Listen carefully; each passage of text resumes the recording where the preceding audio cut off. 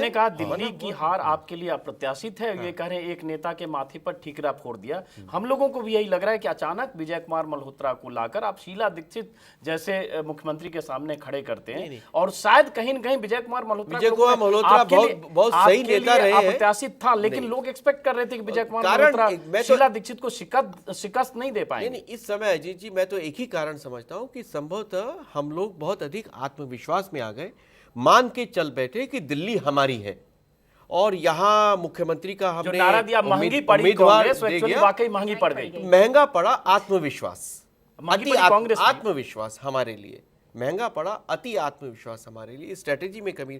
वरना दिल्ली में एक भी मुद्दा ऐसा नहीं था कि कांग्रेस के समर्थन में जाती है। अच्छा, अब एक अहम सवाल फिर तरुण जी, एक मिनट मैं आपको बीच में रोक रहा हूं, फिर बात घूम के अन्य पे आ रही है जो हर बार हम हर चुनाव के बाद देखते हैं, जब ये इस तरह की निर्दलीय या बागी जब जीत कर आते हैं और बहुत कुछ दारोमदार उन लोगों पर होता है और उसमें साम दाम दंड भेद जितने भी तरीके होते हैं आप लोग काफी इस्तेमाल करते रहे, बल्कि आपने भी काफी किया है झारखंड और झारखंड मुक्ति मोर्चा आपकी खुद की व्यक्तिगत महारत भी हासिल है सुबोध जी।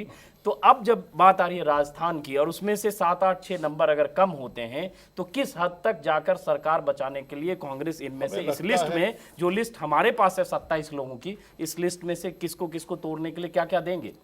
क्या देंगे या नहीं, मुझे लगता है कि देखिए 2-4 लोगों के बीच में रहता है ये मामला, तो शायद आप ये जो कह रहे हैं कि तो मैनेज कर लेते क्या तोड़, भाई झारखंड में बीजेपी के नेता लोगों ने 5-5 करोड़ रुपया ले जाकर के इसी वसुंधरा राजे सिंधिया जी के यहाँ ले जाकर के रखा उन्होंने। सत्य का एहसास हो गया नतीजे के साथ, ये बहुत बड़ी बात है, क्योंकि जिस तरह से रानी वहां सरकार चला रही थी और जो तस्वीरें जो अभी अंजना ने भी कहा, उनको कहीं देवी बनाकर पूजा जा रहा था, कई जगह मंदिर बना, एक्चुअली वो रानी से देवी बन चुकी थी और तरह तरह की तस्वीरें आ रही थी, सब कुछ। और आप लोग भी शायद कॉन्फिडेंट थे, हालांकि एक नेता अभी दबी जुबान से यहाँ बीजेपी के कह गए कि हमें उम्मीद थी कि राजस्थान में हम हार जाएंगे। ये जब नतीजे आने लगे थे उसके बाद सॉरी माफ करें, आशंका थी कि हम हार जाएंगे। क्या वाकई बीजेपी को लग रहा था कि वसुंधरा हारने वाली है वहां?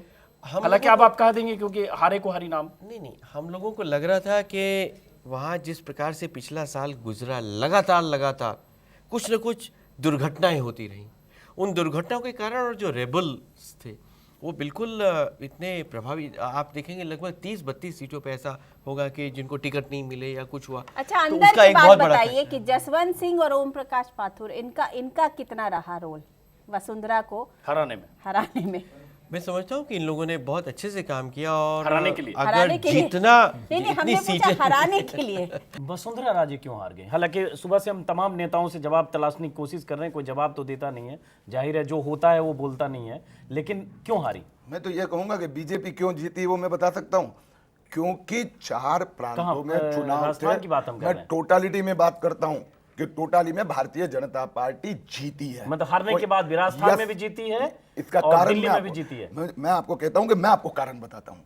जब आप एंटी इंक्यूमेंसी में के सामने लड़ते हो, जब देश का प्रधानमंत्री उस प्रदेश में जाके कहता है कि हमने 50,000 करोड़ दिए, 25,000 करोड़ दिए और खर्च न पाए, पूरी कांग्रेस फिर मध्य प्रदेश हो, छत्तीसगढ़ हो, राजस्थान में लग जाती है, और वह परिस्थिति में हमने तुलना में 2003 के सामने करता हूं। 2003 में इन सब जगह पे कांग्रेस की सत्ता थी, लेकिन बीजेपी ने उनसे सत्ता छीन पाई। अगर कांग्रेस की हार हुई मध्य प्रदेश में तो ये पार्टी हाईकमान की हार है?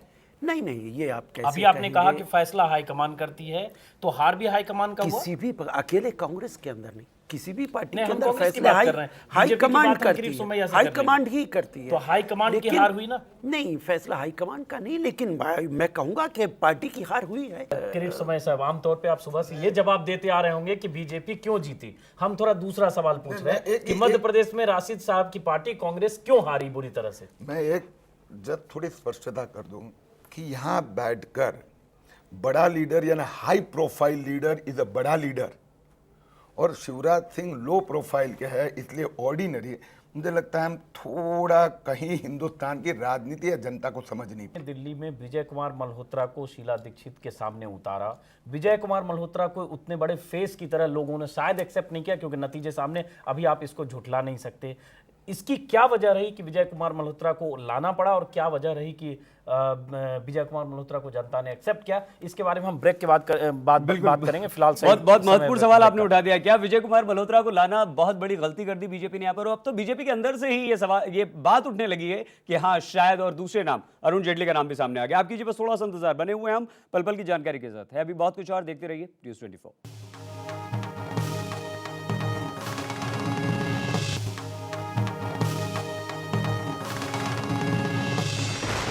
दिल्ली में शीला दीक्षित तीसरी बार चुनाव जीतकर हैट्रिक बनाने की तैयारी में। हमारे साथ स्टूडियो में मौजूद हैं दो मेहमान, कांग्रेस के राशिद अलवी और बीजेपी के किरीट सोमैया। खास बात यह है कि किरीट सोमैया अभी कह रहे थे कि शीला दीक्षित एक मातृत्व वाली महिला थी, उनके मुकाबले विजय कुमार मल्होत्रा को लाए। हालांकि हम कह रहे हैं अगर मातृत्व वाली थी तो कहीं पिता तुल्य विजय कुमार मल्होत्रा को लेके आ गए, कहीं यही तो हार की वजह नहीं हुई, लोगों ने उनको दादा मान लिया।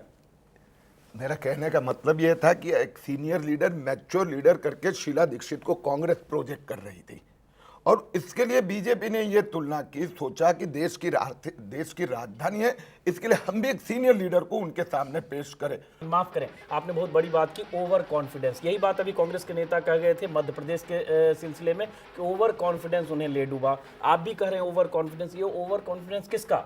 अरुण जेटली का, लाल कृष्ण आडवाणी का, प्रकाश जावड़ेकर का, पार्टी महासचिव का, रविशंकर प्रसाद का? किसका ओवर कॉन्फिडेंस? कार्यकर्ता का बेचारे का कोई कसूर है नहीं, वो तो आप जैसे आपने नेता चुन के दे दिया, वो मजबूरी थी, वो मैदान में था या नहीं था, उसने अपने ढंग से तय किया। मैं ओवर कॉन्फिडेंस को भी ओवर सिंप्लीफाई नहीं करूंगा। जो पराभव के अनेक कारण होते हैं, उसमें एक कारण ऐसे जब हार होती है ना, तब ये ध्यान में आता है बाद में विश्लेषण में कि ओवर कॉन्फिडेंस भी एक महत्व का पॉइंट होता है। जितनी ईमानदारी से आप दिल्ली की बात कर रहे हैं, उतनी ईमानदारी से थोड़ा मध्य प्रदेश के बारे में बताइए। थोड़ी देर तो दिल्ली की बात करने दीजिए। चलिए पूरी कर। मध्य प्रदेश में भी खुश होने दो यार।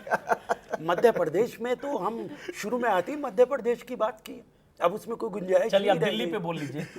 नहीं, बोलने तो दिल्ली कम नहीं होगी, ये तो मानना पड़ेगा जो ये कह रहे हैं। दिल्ली में विकास का जो मुद्दा, जिसको शीला दीक्षित ने मुद्दा बनाया, जिस ढंग से बीआरटी कॉरिडोर से लेके तमाम चीजों को जिसके खिलाफ बीजेपी कैंपेन करती रही, यहां तक कहा विजय कुमार मल्होत्रा ने कि हमारी सरकार आई तो बीआरटी कॉरिडोर को उखाड़ कर यमुना में फेंक देंगे। लेकिन आज जनता ने पता नहीं किसको फेंका, हम ये कहना नहीं चाहेंगे, लेकिन कम से कम बीजेपी की सरकार नहीं बनी।